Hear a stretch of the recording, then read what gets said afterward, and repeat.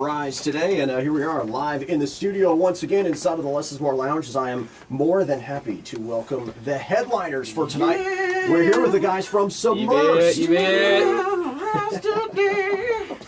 And that's interesting that we're playing Alter Bridge because SubmerseD's first CD, you guys actually worked with Mark Tremonti. Yeah. Right? At that time in Alter Bridge, and a guy who's spent many a year in Creed, of course. He's been in the business for a while. He's seen some rock and roll. He's a ripping guitar player, no doubt. Yeah, he was. I know TJ benefited a lot. Oh, we spent our first little bit of time was pretty much just kind of hanging around and rubbing a little mojo, off of each other. But yeah. We're live in the studio with a couple of guys from SubmerseD. We're here with Donald, frontman, TJ, guitar player, and Justin there in the corner, the other guitar player. How you doing over there? Good, great. Good. You guys are the headliners for tonight's show, the Jingle Bell Ball. Thank you so much. I think this is the first visit you guys have ever had to Santa Rosa. I don't think you could have picked a better headliner. Man, I agree. We're bringing the pain tonight. You got to believe it to achieve it. So, I mean, we've been out here for, I guess, a month and a half or so with Fuel and Trapped and End Ever After, who's going to be there tonight. And we've been trying to cram our whole want of aggressive rock into about 30 minutes, and now we get to actually, take a whole 7. Let it rip through. We get to bring it all tonight. So it's excellent. we're going home on this show tonight, so we're bringing it all. It's all done after this one. It's all getting laid out tonight. Oh, that's excellent, man. I'm very excited about that. And, of course, it's just a $10 ticket to get in tonight for a 4-band bill headlined by the guys from SubmerseD, who come from, of all places, the metropolis known as Stevensville, Texas. Is that right? Stephenville, Texas? It's a ville. Yeah. Where is that place? It's the heritage of our country. It all started there. It's one of the top 50 towns to live in. Towns. Time magazine. It's a ville. Here's a city, here's a town. A town, yeah. Where is that place located? I've only lived in Texas for 2.5 years. We were about like an hour place drive from the Dallas-Fort Worth area. Okay. Maybe, hour, I guess back when it was 55, it was probably like an hour. Wow. It's just a small little town.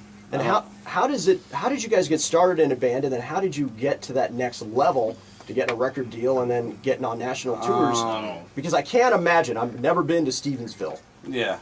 Is there a big our music story's scene there? weird. Our story's crazy. It comes. Yeah. I think everybody that is a part of this band brings such a different story and a different path, to become SubmerseD, and it's kind of crazy. It's very involved.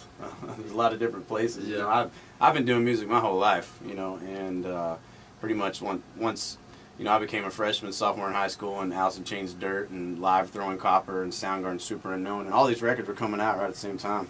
They just had great singers, great frontmen, obviously great songs.